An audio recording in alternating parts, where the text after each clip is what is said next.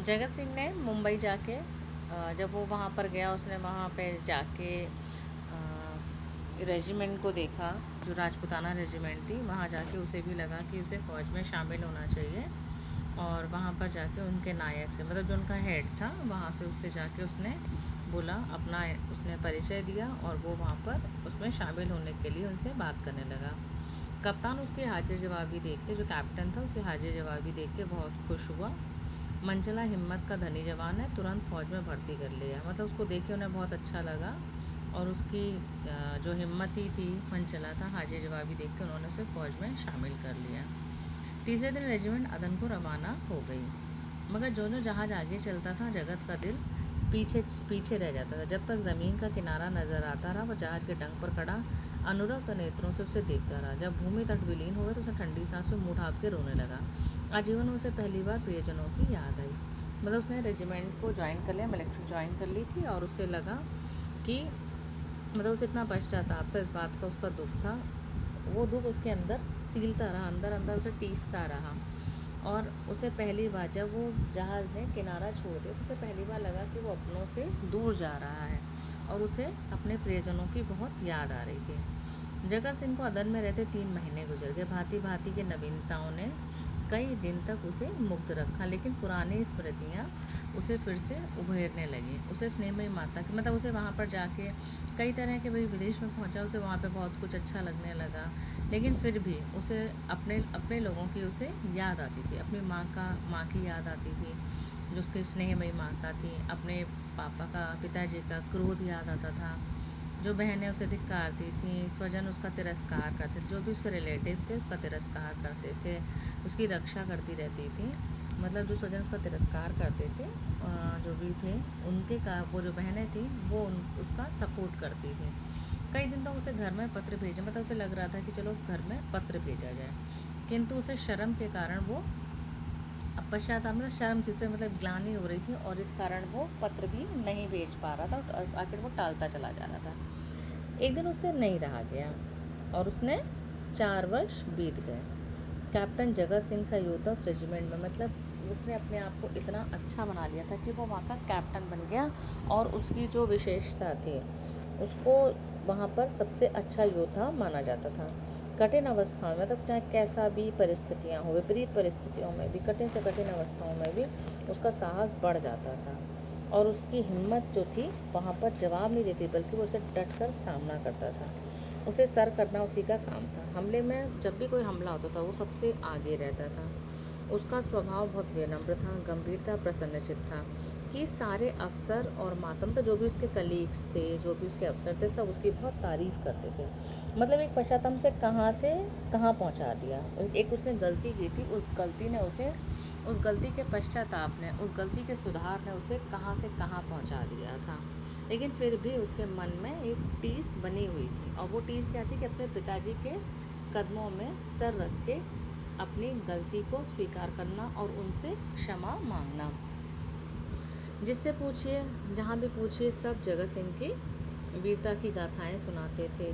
German के मैगजीनों में आग लगाई, कि कैसे अपने अफसर और मशीन गनों को मार से बाहर निकाला, कैसे अपने माता सिपाही को कंधे पर लेकर निकल आया। मतलब ऐसे जान पड़ा जैसे अपने प्राणों का उसे मोह ही नहीं था। वह तो काल को खोजता, मतलब ज़बरदस्ती मौत के मुंह में जाने का प्रयास करता था। लेकिन नित्य रात्रि के समय जब जगत सिंह को अवकाश मिलता, वो अपनी झोलदारी में अकेले बैठकर घर वालों की याद कर लिया करता था। मतलब जब भी उसे मौका लगता था, खाली बैठता था, तो उसे अपने घर वालों की बहुत याद आती थी, और उनकी याद में वो रोता भी था, आंसू गिराता था। वह प्रति मास अपने वेतन का बड़ा भाग घर भेजता, कोई सपना नहीं जाता, अपनी माता को पत्र न लिखता। सबसे बड़ी चिंता उसे पिता की रहती, जो आज उसी के दुष्कर्मों के कारण कारावास की यातना झेल रहे थे, क्योंकि उन पर गबन का आरोप लगा था, और जो रुपये उसने चुराए थे उस चोरी का इल्ज़ाम उसके पिताजी पर लगा था, और आज भी वो दिलों की सलाह के पीछे था। हाय, वह दिन कौन होगा जब उसके चरणों पर गिर सर रखकर अपना अपराध क्षमा कराएगा और उनका आशीर्वाद प्राप्त करेगा। 4.25 वर्ष बीत गए, मतलब इस बात को 4.25 वर्ष बीत कर शाम का समय था। नैनी जेल के द्वार पर भीड़ लगी थी। कितने ही कैदियों की मियाद पूरी हो गई थी, मतलब बहुतों का समय पूरा हो गया, तब वो छुट्टी दी जा रही थी, वहाँ से रिहा किया जा रहा था। और उनको लेने के लिए वहाँ उनके घर वाले आए थे, किंतु बूढ़ा भगत सिंह अपनी अंधेरी कोठरी में सिर झुकाए बैठा था। एक बूढ़े किंतु हष्ट-पुष्ट कैदी ने आकर उसका कंधा हिलाया और बोला, कहो भगत, कोई घर से आया? तो भगत सिंह ने कंपित कंठ, घर पर है ही कौन? घर तो चलोगे ही, मेरा घर कहाँ है? तो क्या यहीं पड़े रहोगे? अगर ये लोग निकाल ना देंगे तो यहीं पड़ा रहूँगा। ये कौन बोला था? भगत सिंह। आज न जाने भगत सिंह को अपने प्रताड़ित निर्वासित पुत्र की याद आ रही थी, मतलब आज उन्हें अपने बेटे की बहुत याद आ रही थी। अगले दिन जेल का अफसर आया कि कैदी एक पंक्ति में खड़े हुए, अफसर एक एक करके नाम लेकर रिहाई का परवाना देने लगा, मतलब बताने लगा किस किस कैदियों की मुक्ति हो रही है। अंधा भगत सिंह का भी नाम आ गया। वह सिर झुका आहिस्ता आहिस्ता जेलर के पास आया, उदास भाव से परवाना लेकर जेल के द्वार की ओर चला। द्वार के बाहर निकलकर वह जमीन पर बैठ गया, कहाँ जाए। तभी उसने देखा कि एक सैनिक आकर उसके सैनिक अफसर को घोड़े पर सवार जेल की ओर आते देखा। उसकी देह पर खाकी वर्दी थी, सिर पर कारचोबी साफा, अजीब शान से घोड़े पर बैठा हुआ था।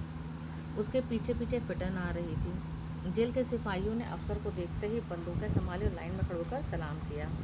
भगत सिंह ने मन में कहा, एक भाग्यवान वह है जिसके लिए फिटन चली आ रही और एक अभागा हूँ जिसका कहीं ठिकाना नहीं। मतलब वो सोचा था कि देखो एक फिटन गाड़ी है, तो मतलब एक गाड़ी लेके कोई आ रहा है और एक मैं हूँ कि जिसका कोई ठिकाना नहीं है। उसे नहीं पता था कि कौन आ रहा है। भगत सिंह ने मनी मन वो बड़ा बेचारा दुखी था कि अब वो जाए तो कहाँ जाए।